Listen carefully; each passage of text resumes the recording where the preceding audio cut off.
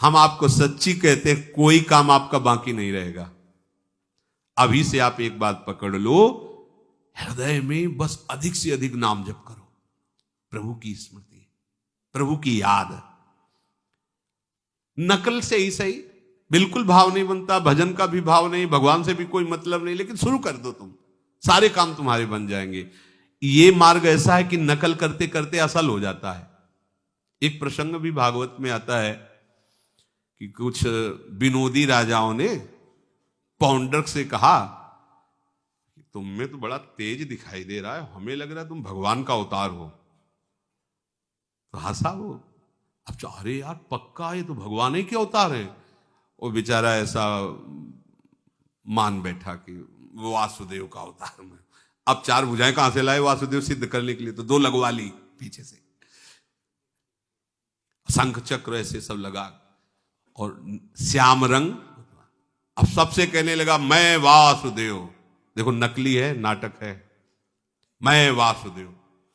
अब काशी नरेश और बड़े बड़े राजा उसके मित्र, वो सब विनोद में मजे में, और वो ऐसा स्वभाव उसका भोला भाला, तो राजी हो गया कि मैं वासुदेव हूं। अब एक दिन हुआ कि वासुदेव तो द्वारिका में विराजमान है। बोले वो नकली हैं, असली मैं वासुदेव हूं। तो बोले फिर उनको इस बात का मजा चखाओ, वो नकली वासुदेव वहां बने बैठे पूज रहे हो, असली तुम हो, तुम्हारे पास कोई आ नहीं रहा, दूत भेजा। सब राजा मिलकर के और पौंड्रक वासुदेव का दूत गया सभा में। अब वहां तो सब प्रणाम, और कहा आप नकली वासुदेव हो, ये पत्र। भगवान बहुत जोर हंसे, बोले आदेश है हमारे असली वासुदेव का कि अपना सुदर्शन चक्र छोड़ दो। बोले हाँ पक्का छोड़ देंगे लेकिन उसके ऊपर छोड़ेंगे। जानते हो उसको कौन सा पद मिला?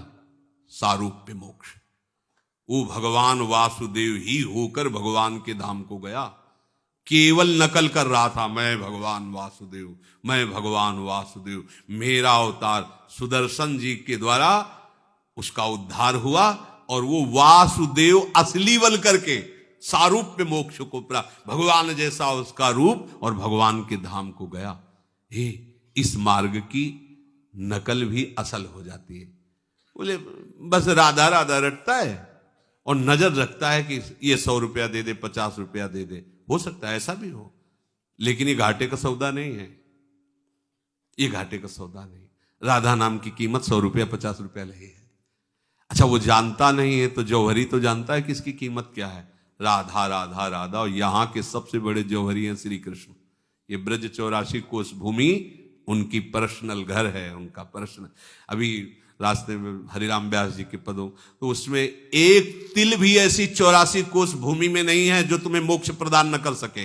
एक तिल भी। धाम वृंदावन की तो बात जाने दो, 84 कोस भूमि में एक तिल भी ऐसी जगह नहीं कि यहां रहेंगे तो पता नहीं कल्याण होगा कि नहीं। 84 कोस भूमि ऐसी महामहिम है।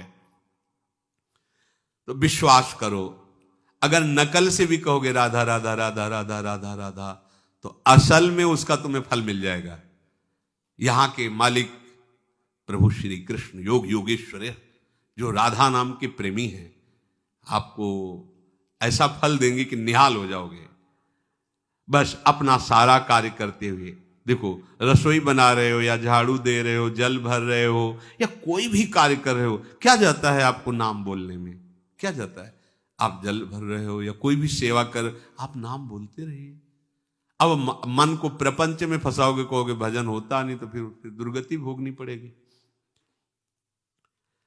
अच्छा देखो, हम तुम्हें समय देते हैं, 5 मिनट से ज्यादा देरी मत करो। अगर 5 मिनट भूल जाओ तो चलो कोई बात नहीं, पर 6वां मिनट लगने पर आपका स्मरण जारी हो जाना चाहिए। 24 घंटे में 5-5 मिनट के लिए तुम्हें छूट है। अगर 5 मिनट भूल गए तो क्षमा, पर 6वें मिनट में तुम्हारे निकलना चाहिए राधा करके देखो। अगर भूल जाओ तो एक समय उपवास कर लो, भोजन मत पाओ। एक 5 मिनट में एक समय। अगर 10 मिनट भूल गए तो पूरा दिन गोल। अगर 15 मिनट भूल गए तो 1.5 दिन। अगर 20 मिनट भूल गए तो 2 दिन। अपने आप सही हो जाओगे।